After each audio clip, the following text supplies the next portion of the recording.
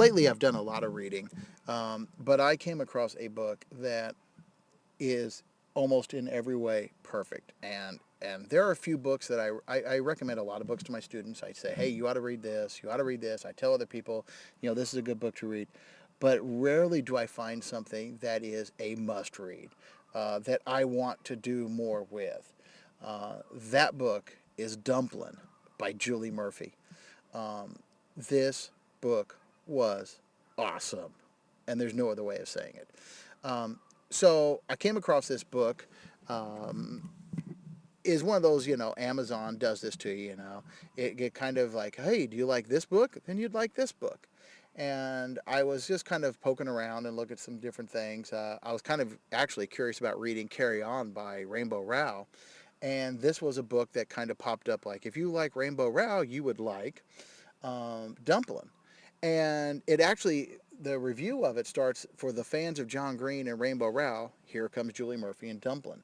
This is her sophomore book. This is her second fiction book. She's written several nonfiction books, but this is her second fictional book. Her first was Side Effects May Vary, which the reviews look really good. And if half as good as Dumplin, I've got to read it.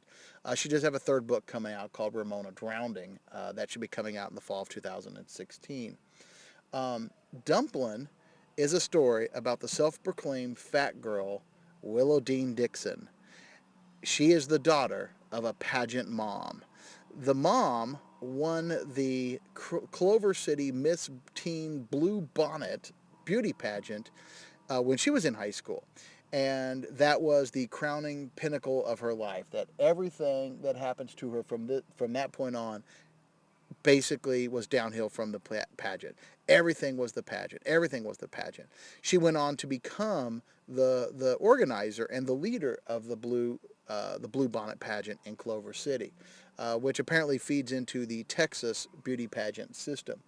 Um, Willow Dean is totally at ease with her body. She's totally comfortable with her size. She's totally comfortable with her body image. She's a happy, content girl. Um, there is no hint that she is overly upset with what she looks like. She does indicate that her mother apparently is not um, excited about the way her daughter looks. That's carried out in a couple ways. Willow Dean does mention the fact that, yeah, my mom wants me on these diets, my mom wants me to do this. And also by the fact that the mother has still, to this day, 20 some years later, still wears the pageant dress that she won in, as a teenager. Every year she wore the same dress. At one point in this year's pageant, the dress actually didn't fit, and she went on this crash diet, and she even says that people expect to see me in this. Um, Willow Dean's self-image problems start when she takes a job at a fast food restaurant called Harpy's, and she falls in love with private school ex-jock Bo. She's attracted to him. She definitely likes him, but she is shocked when he starts liking her back.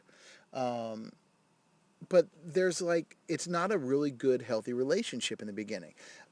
It seems to be sneaking around.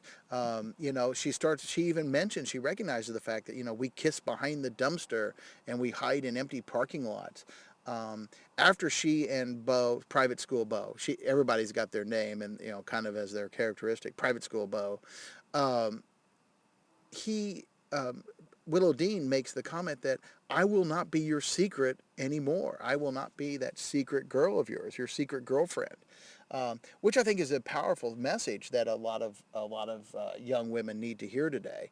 Um, Willow Dean goes on to meet and starts a kind of awkward relationship with the jock Mitch, and her best friend, the all-American beauty best friend Ellen. They all kind of have this, last year of high school drifting apart kind of thing going on. Um, this book nails what it means to be in high school.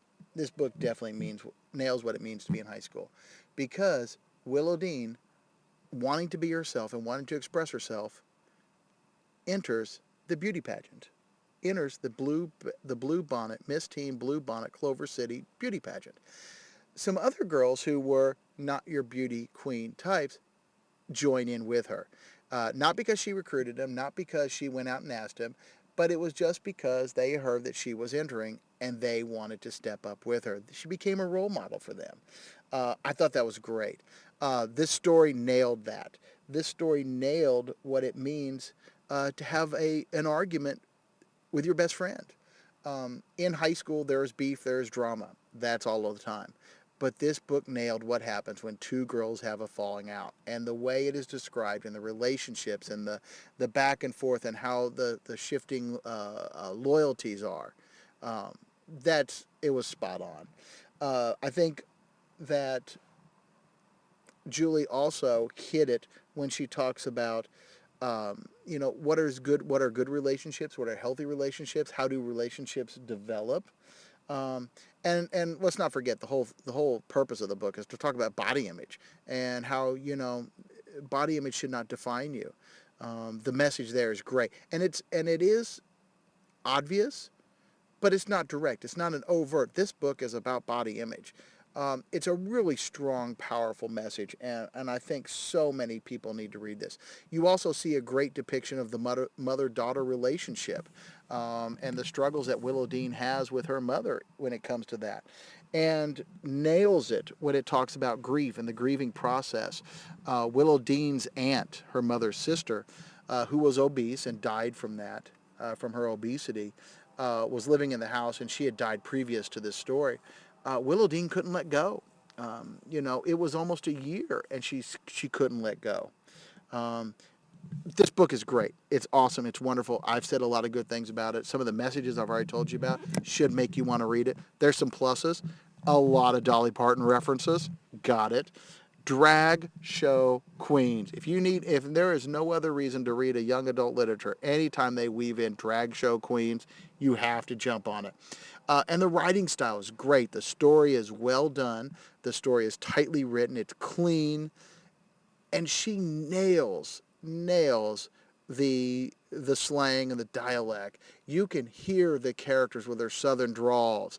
Not only does Willow Dean act southern, and she points out the people that are southern, but just the language and the euphemisms that they use were definitely spot on. On my 5-tier bookshelf, this is on the top.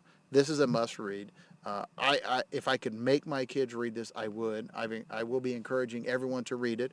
Um, if you have a chance, the book is called Dumplin by Julie Murphy. Excellent read. You've got to pick it up.